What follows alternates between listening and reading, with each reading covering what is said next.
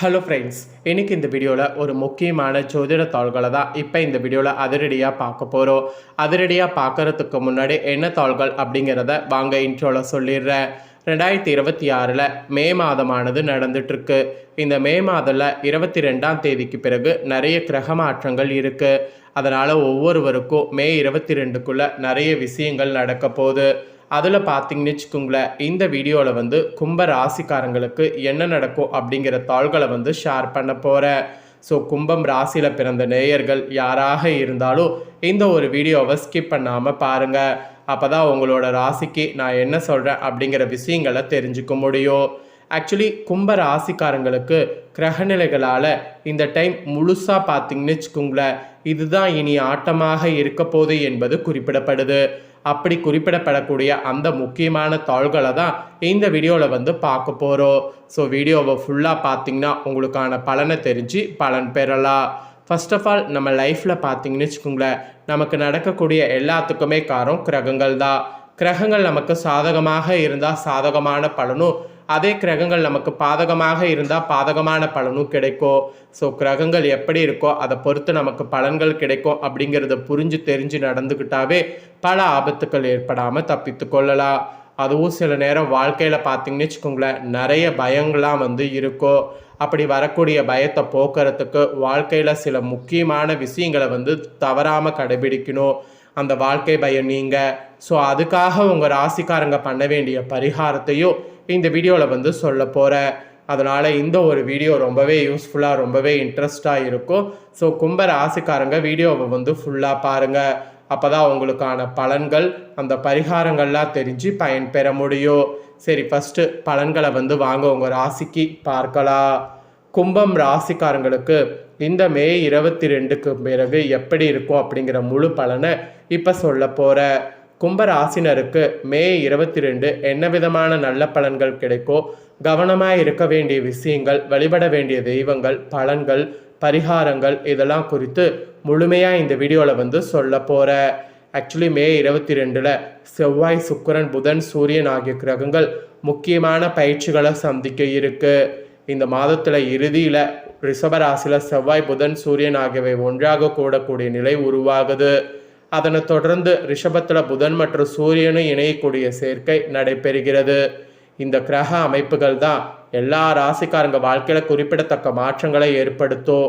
அந்த வகையில் தான் கும்ப ராசிக்கு 22 தொழில், வருமானம், குடும்பம், ஆரோக்கியம் உள்ளிட்ட பல துறைகளில் தாக்கம் ஏற்படும்.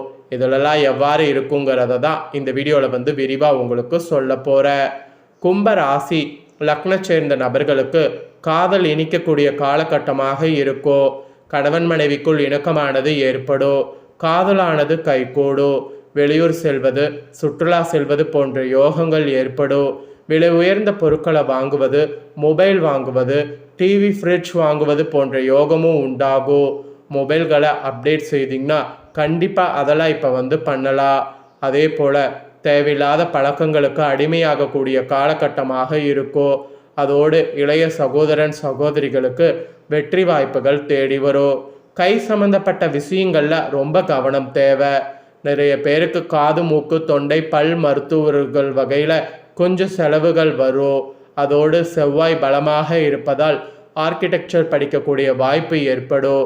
சிவில் சர்வீஸில் படிப்பவர்களுக்கு கூட இந்த டைம் வெற்றி ஏற்படுங்கிறது உறுதியாக சொல்லப்பட்டிருக்கு.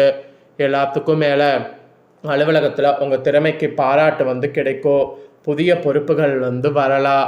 அதோடு வேலை மாற்றமானது நினைப்பவர்கள் நல்ல வாய்ப்புகளை பெற முடியும்.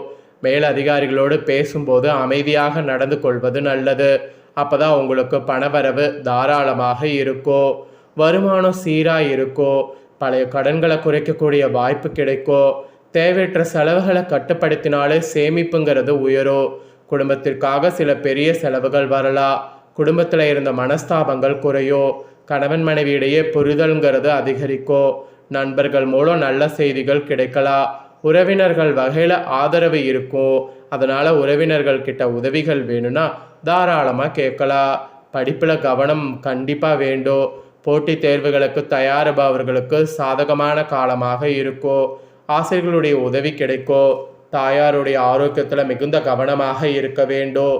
மீடியா தொழில், கலைத்துறை, நடன கலைஞர்கள், பாடகர்களுக்கு அற்புதமாக இருக்கும். ருத்ராபிஷேகம் செய்து ருத்ரனை வழிபாடு செய்வது ஏற்றத்தை தரும். அதனால் அதை செய்ய மறக்காதீங்க. ஸோ இந்த மாதிரி தாங்க உங்களுக்கு பலன்கள் கிடைக்கும் என்பது குறிப்பிடப்பட்டிருக்கு. இப்போ உங்களுடைய வாழ்க்கை பயம் நீங்கள் என்ன பரிகாரம் செய்யணுங்கிறது உங்களுக்கு சொல்ல போகிறேன். என்ன பரிகாரம் செய்யணுங்கிறத தெரிஞ்சுக்குங்க. எல்லாருக்குமே தன் நினைத்தபடி வாழ்க்கை அமைவதில்லை. அமைந்த வாழ்க்கையை மகிழ்ச்சிக்குரியதாக மாற்றிக்கொள்ளவும் யாருக்கும் துணிவு இல்லை. வாழ்க்கை எப்படி இருக்குமோ என்கின்ற கவலையில் எப்போது தவிப்பவங்க இந்த பரிகாரத்தை செய்தால் அதிலிருந்து மீண்டும் பயம் நீங்கி நம்பிக்கை பிறக்கும். வாழ்க்கை பயம் நீங்கள் செய்ய வேண்டிய பரிகாரம் என்ன என்பதை இப்போ இந்த வீடியோவில் சொல்கிறேன், வாங்க பார்க்கலாம். அந்தந்த வயதில் நடக்க வேண்டிய எல்லாமே நடந்துவிட்டால் நமக்கு வாழ்க்கை பற்றிய பயம் என்பது ஏற்படுவதில்லை. ஒரு சில விஷயங்கள் நம் வயது கடந்து நமக்கு கிடைக்காமலே தள்ளி சென்று கொண்டே இருக்கோ. அப்படி நடக்கும் பொழுது தான் வாழ்க்கை எப்படி இருக்குமோ என்கின்ற பயமும் ஏற்பட துவங்குது. இந்த பயம் நீங்கி புதிய நம்பிக்கையின் தெம்பு உற்சாகம் தொற்றுக்கொள்வதற்கு செய்ய வேண்டிய பரிகாரம் தான் இது, தெரிஞ்சுக்குங்க. குலதெய்வம் மற்றும் பித்திருக்களுடைய ஆசீர்வாதம் இருப்பவர்களுக்கு வாழ்க்கை பற்றிய பயம் இருப்பதில்லை. இவ்விருவரில் ஒருவருடைய ஆசீர்வாதம் கிடைத்தவர்களும் கர்மப்பிடியில் அகப்பட்டு தவிப்பவர்களும் வாழ்க்கை பற்றிய கவலையில் எப்போதும் மூழ்கி கிடைப்பதாக சாஸ்திரங்களில் குறிப்பிடப்படுது. பொதுவாக குலதெய்வம் மற்றும் பித்திருக்கள் ஆசீர்வாதம் கிடைக்க பசுமாடுகளுக்கு தானம் செய்தால் போதுமானது. பசுவிற்கு செய்யக்கூடிய தானம் பலவிதமான தோஷங்களை போக்க வல்லது. அதில் பித்ரு தோஷத்தை போக்க இந்த பரிகாரம் நல்ல பலனை தருது. அதுபோல் வாழ்க்கை பற்றிய பயமோ மரண பயமோ இருந்தால் நீங்கள் எருமை மாடுகளுக்கு குறிப்பிட்ட நாட்களில் தானம் செய்ய வேண்டும்.